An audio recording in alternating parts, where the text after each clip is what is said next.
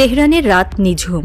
শহরের ওপর অন্ধকারের চাদর যেন গভীর এক নৈঃশব্দে ঢেকে দিয়েছে, কিন্তু বাতাসে এক অস্থিরতা, যেন কোনো অশনি সংকেত বয়ে আনছে। Supreme leader Ayatollah Ali Khamenei, সেই বৃদ্ধ পুরুষ যিনি ঝড় ঝঞ্ঝার মধ্য দিয়ে অটল থেকেছেন, উম্মার কাণ্ডারি হয়ে দাঁড়িয়ে আছেন।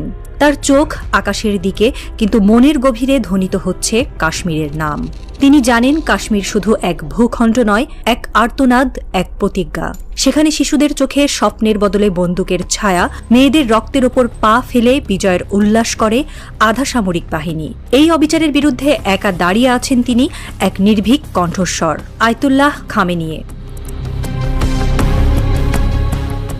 2017 সালের রমজান, বিশ্বের মুসলিম উম্মাহ যখন তারাবির নামাজে মগ্ন, তখন তেহরানের এক মঞ্চ থেকে খামেনির কণ্ঠে উঠে আসে এক বজ্রগর্জন। কাশ্মীর, বাহরাইন, ইয়েমেন, এই জায়গাগুলোর মানুষ নিপীড়নের শিকার। মুসলিম বিশ্বকে তাদের পাশে দাঁড়াতে হবে। এই কথাগুলো ছিল না কেবল সমবেদনার, এ ছিল প্রতিবাদের এক পতাকা, যা তিনি তুলে ধরেছিলেন সেই বিশ্বের মুখে যারা ভারতের অমানবিক দমন পীড়নের সামনে নীরব থাকে। কাশ্মীরের নাম তিনি উচ্চারণ করেন সেই গাম্ভীর্যে, যেমন তিনি উচ্চারণ করেন গাজা, ইয়েমেন বা বাহরাইন। এ যেন ইরানের হাজার বছরের প্রতিরোধের এক অংশ, যেখানে শোষণের বিরুদ্ধে লড়াই তার ধর্ম, তার দায়িত্ব। তার কথাগুলো ছিল তরবারির মতো ধারালো, কিন্তু কূটনৈতিক ভারসাম্য বজায় রেখে। তিনি কখনো বলেননি কাশ্মীর পাকিস্তানের হোক। তার বক্তব্য ছিল স্পষ্ট, কাশ্মীর কাশ্মীরিদের, তাদের অধিকার, তাদের আত্মপরিচয়, তাদের স্বাধীনতা ফিরিয়ে দিতে হবে। এই কণ্ঠস্বর ছিল এক ন্যায়ের দাবি, যা কোনো রাষ্ট্রের স্বার্থের জন্য নয়, বরং নিপীড়িত মানুষের পক্ষে। ওদিকে দিল্লিতে রাতের আধারে দুই পুরুষ বসে তৈরি করছেন নিপীড়নের নতুন নীতি। নরেন্দ্র মোদী ও অমিত শাহ, আধুনিক ভারতের স্বঘোষিত স্থপতি, যাদের হাতে কাশ্মীর হয়ে উঠেছে রাজনৈতিক রোষের এক রক্তাক্ত প্রতীক। 2019 সালের 5 আগস্ট ভারতের ইতিহাসে এক কালো অধ্যায় শুরু হয়।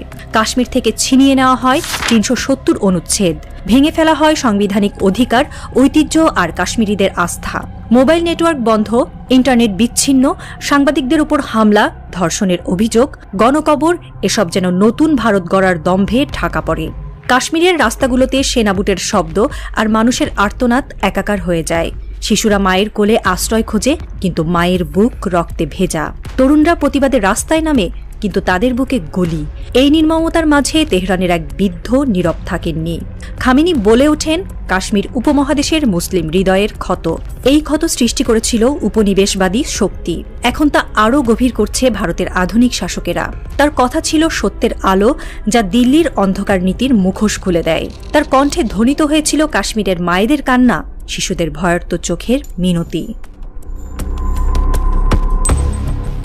খামেনি শুধু কাশ্মীরের জন্য কথা বলেননি, তার কণ্ঠ উঠেছে ইয়েমানের ক্ষুধার্ত শিশুদের জন্য, ফিলিস্তিনের ধ্বংসস্তূপে দাঁড়ানো যোদ্ধাদের জন্য, মায়ানমারের রোহিঙ্গাদের নির্বাসিত জীবনের জন্য, বাহরাইনের নিপীড়িত জনতার জন্য। কিন্তু কাশ্মীর তার হৃদয়ের কাছে ছিল বিশেষ। এ যেন এক ঐতিহাসিক দায়িত্ব যা তিনি বহন করছেন। তিনি কাশ্মীরকে দেখেন না কোনো ভূ রাজনৈতিক দাবার ছক হিসেবে।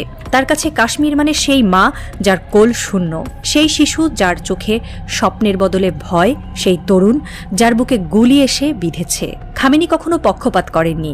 তিনি বলেননি কাশ্মীর পাকিস্তানের হোক। তার কথা ছিল সরল কিন্তু গভীর, কাশ্মীর কাশ্মীরিদের, তাদের অধিকার ফিরিয়ে দাও, তাদের কান্না শোনো। এই কথাগুলো যেন এক পবিত্র মন্ত্র, যা হৃদয় থেকে হৃদয়ে পৌঁছে যায়। কাশ্মীর যখন আগুনে জ্বলছিল, বিশ্বের শক্তিধর রাষ্ট্রগুলো মুখ ফিরিয়ে নিয়েছিল। মার্কিন যুক্তরাষ্ট্র নীরব, ইউরোপ নীরব, আর আরব বিশ্ব অর্থনৈতিক স্বার্থে নিশ্চুপ। কিন্তু তেহরানে এক কার্যালয়ে গভীর রাতে আলো জ্বলছিল। খামেনি একা বলেছিলেন, কাশ্মীরের মুসলমানরা অত্যাচারিত। বিশ্ব যদি তাদের পাশে না দাঁড়ায়, তাহলে আমরা দাঁড়াবো, ইরান দাঁড়াবে। মোদী ও অমিত শাহ জানেন, খামেনির বক্তব্য তাদের নীতির নৈতিক ভিত্তিকে প্রশ্নবিদ্ধ করে। তাই ভারতের পররাষ্ট্র মন্ত্রণালয় তাড়াতাড়ি বিবৃতি দেয়, এটি ইরানের অভ্যন্তরীণ বিষয়ের বাইরে। কিন্তু তেহরান চুপ থাকেনি। সেখানকার জনগণ জানে, খামেনি যখন কাশ্মীরের জন্য কথা বলেন, তখন সেটি শুধু রাজনৈতিক বার্তা নয়, এ এক ধর্মীয়, নৈতিক ও ঐতিহাসিক দায়বদ্ধতার প্রতিফলন। আজ ইরানে যখন কাশ্মীরের প্রসঙ্গ ওঠে, মানুষের চোখে জল ঝরে। খামেনি যেন উম্মার সেই একাকী বীর, যিনি ঝুঁকি নিয়ে সত্য বলেন। তিনি জানেন ভারত ইরান সম্পর্ক তার হাতে, তবু নির্যাতনের বিরুদ্ধে তিনি চুপ করেন না। তার কণ্ঠে ধ্বনিত হয় কাশ্মীরের সেই মায়ের কান্না, যিনি সন্তানের মৃতদেহ কোলে নিয়ে পথে বসে থাকেন। দিল্লিতে মোদি ও অমিত শাহের চোখে ঘুম নেই। তারা জানেন খামেনির একটি বাক্যই তাদের গুজরাটি সভ্যতার মুখোশ খুলে দিতে পারে। কাশ্মীরের কান্না তাদের রাজনৈতিক দম্ভকে ছাপিয়ে যায়। কাশ্মীর এখনও লড়ছে, এ লড়াই ন্যায়ের, আর ন্যায়ের পক্ষে দাঁড়িয়ে আছেন একজন, আয়াতুল্লাহ আলী খামেনি।